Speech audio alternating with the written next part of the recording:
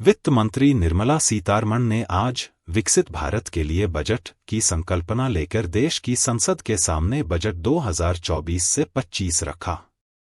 वित्त मंत्री निर्मला सीतारमण ने आम बजट में इनकम टैक्स के मोर्चे पर मिडिल क्लास और नौकरी पेशा लोगों को राहत देने और अगले 5 साल में रोजगार के मौके बनाने के लिए 2 लाख करोड़ रुपए के बजट एलोकेशन की घोषणा की। सीतारमण ने अपना 7वां और नरेंद्र मोदी सरकार के तीसरे कार्यकाल का पहला बजट पेश करते हुए कहा, ऐसे समय जब दुनिया में अनिश्चितताएं हैं, भारत की आर्थिक विकास दर एक एक्सेप्शन यानी अपवाद बनी हुई है और आने वाले सालों में भी ऐसा ही रहेगा। राजनीतिक रहीं ये बजट घोषणाएं। वित्त मंत्री ने एनडीए गठबंधन में शामिल सहयोगी दलों के शासन वाले राज्यों बिहार और आंध्र प्रदेश के लिए कई ऐलान किए। वित्त मंत्री ने बिहार के लिए एक्सप्रेसवे, बिजलीघर, हेरिटेज कॉरिडोर और नए हवाई अड्डों जैसी इंफ्रास्ट्रक्चर प्रोजेक्ट्स के लिए 60,000 करोड़ रुपए का आवंटन करने की घोषणा की। बिहार में अगले साल विधानसभा चुनाव होने वाले हैं, लेकिन बजट में बिहार को यह आर्थिक मदद सब्सिडी या कैश मदद के रूप में नहीं है। इसी तरह आंध्र प्रदेश के लिए कई एजेंसियों के जरिए 15,000 करोड़ रुपए आवंटित किए गए हैं। आंध्र प्रदेश में तेलुगु देशम पार्टी (टीडीपी) हाल ही में एनडीए में शामिल हुई है। ग्रामीण अर्थव्यवस्था के लिए हुए ये ऐलान। निर्मला सीतारमण ने बजट में ग्रामीण विकास के लिए वित्त वर्ष 2024 से 25 के लिए 2.66 लाख करोड़ रुपए का ऐलान किया। बजट में इंफ्रास्ट्रक्चर प्रोजेक्ट्स के लिए 11.11 लाख करोड़ रुपए का बजट एलोकेशन किया, जो देश की जीडीपी का 3.4% है। वित्त वर्ष 2024 से 25 के बजट में कृषि और इससे जुड़े सेक्टर्स के लिए 1.52 लाख करोड़ रुपए आवंटित किए गए हैं। शहरी और ग्रामीण क्षेत्रों में 3 करोड़ किफायती आवासों के निर्माण के लिए सहायता, छोटे और मझोले उद्यमों को कर्ज सहायता प्रदान की गई है। स्टार्टअप के लिए एंजल टैक्स खत्म।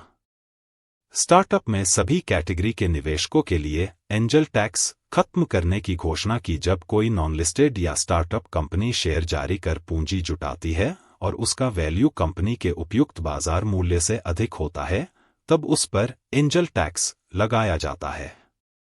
रोजगार की चुनौतियों के लिए एक्शन प्लान।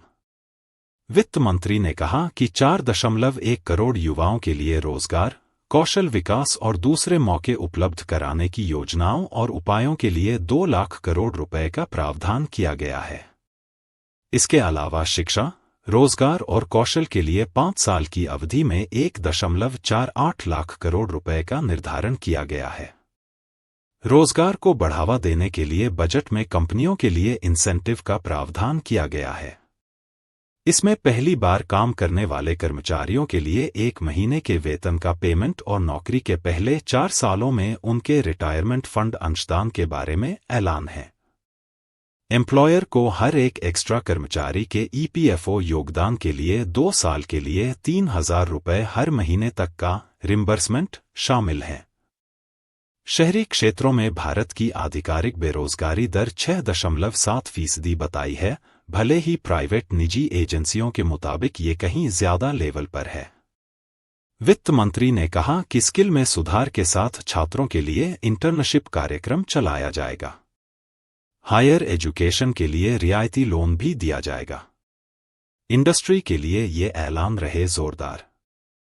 मुद्रा लोन योजना के तहत एमएसएमई के लिए कर्ज सीमा 10 लाख रुपए से बढ़ाकर 20 लाख रुपए की है।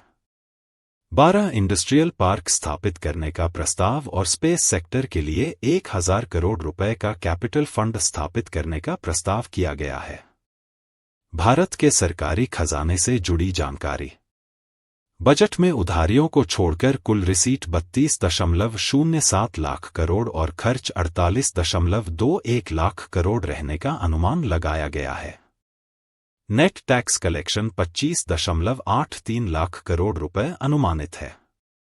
सीतारमण ने कहा कि सरकार का फिस्कल डेफिसिट 2024 से 25 में जीडीपी का 4.9% रहने का अनुमान है।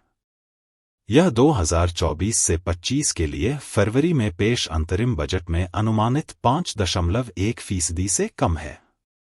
इसकी वजह मजबूत टैक्स कलेक्शन और भारतीय रिजर्व बैंक से उम्मीद से ज्यादा डिविडेंड की रकम है। उन्होंने ग्रॉस मार्केट डेट को मामूली रूप से घटाकर 14.01 लाख करोड़ रुपए कर दिया। टैक्सपेयर्स के लिए ये रहा बजट में खास। वित्त मंत्री ने मिडिल क्लास के लिए स्टैंडर्ड डिडक्शन को 50% बढ़ाकर 75,000 रुपए करने के साथ नई इनकम टैक्स असेसमेंट सिस्टम चुनने वाले टैक्सपेयर्स के लिए टैक्स स्लैब में बदलाव किया।